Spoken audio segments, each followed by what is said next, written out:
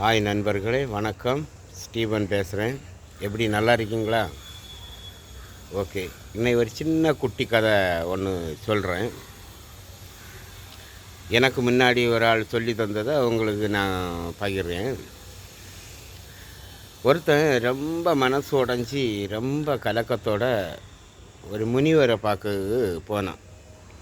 முனிவர் தியானத்தில் இருந்தார். அப்போ முனிவர்கிட்ட அவனுங்க கதைகளை சொன்னான்.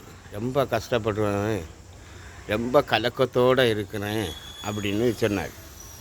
அப்போ அந்த முனிவர் என்ன செய்தார்னா, ஒரு செம்பை கையில் கொடுத்து அந்த குளத்துலேருந்து ஒரு செம்பு தண்ணி குடிக்கி எடுத்துகிட்டு வா அப்படின்னு சொன்னார். இவனும் செம்பை கொண்டு குளத்துக்கு போனான். குளத்துக்கு போகும்போது ஒரு 5-6 எருமை மாடு அந்த குளத்துக்குள்ளே கலக்கி அடிச்சுக்கிட்டு குளிச்சுட்டு கிடந்து.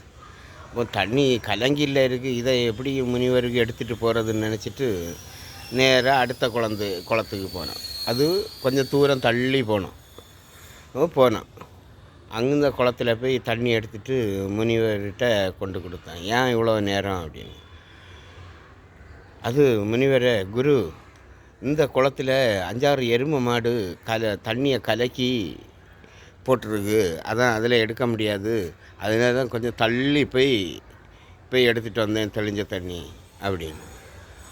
முனிவர் ஒன்றா சிரிச்சிட்டு சொன்னார், கொஞ்ச நேரம் வெயிட் பண்ணியிருந்தால் அந்த எருமை மாடு போயிருக்கும், தண்ணி தெளிஞ்சிருக்கும், இங்கேண்டே குவாரி இருக்கலாம். நீ பார்த்தியா ரொம்ப தூரம் போனான்னு. அதே போல் தான் வாழ்க்கையும். கொஞ்சம் பொறுமையாக இருந்தால் எல்லா வாழ்க்கையில் உள்ள இதுவும் கஷ்டங்களும் ஒரு தெளிவுக்கு வரும் அப்படின்னு.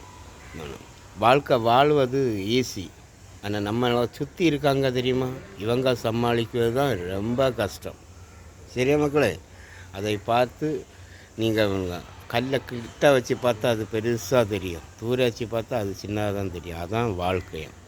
சரியா? ஒரு லைக் பண்ணுங்கள், சப்ஸ்கிரைப் பண்ணுங்கள். ஓகே.